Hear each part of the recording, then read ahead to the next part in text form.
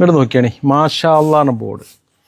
ഏതൊരു വീട് പണി നടക്കുന്ന സ്ഥലത്ത് കാണുന്ന സ്ഥിരം കാഴ്ച അത്. ഞാനൊരു ഇലക്ട്രീഷ്യനാണ്.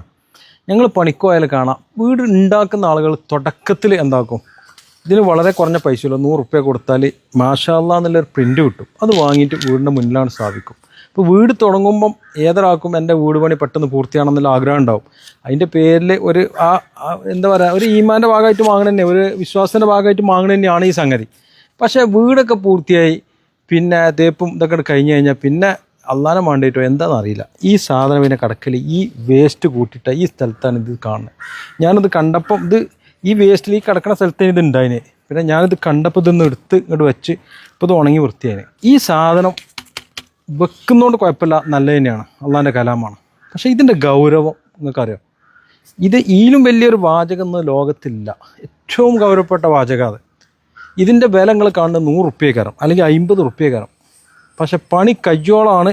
ഒരു വീടുണ്ടാക്കി പണി കയ്യോളാണെങ്കിൽ ഇതിന് വാല്യൂ കാണുള്ളൂ. പണി കഴിഞ്ഞാൽ ഇത് തുപ്പക്കൊട്ടിയിലാണ്. ദയവ് ചെയ്ത് ഇതിൻ്റെ പോരിശയിൽ ഇത് കൊണ്ടെടുക്കാൻ കഴിയാത്ത ആളുകൾ ഈ സാധനം വീട്ടിൽ വെക്കരുത്. കഴിയുന്ന ആളുകൾ മാത്രം വെച്ചാൽ മതി, അല്ലെങ്കിൽ തീരെ വെക്കാക്കുക, മനസ്സിലുണ്ടായാൽ മതി. അപ്പം ദയവ് ചെയ്ത് ഇത് അപമാനിക്കാൻ നിൽക്കരുത്. ഇത് കളി കുട്ടിക്കളിയല്ല. ഓക്കെ.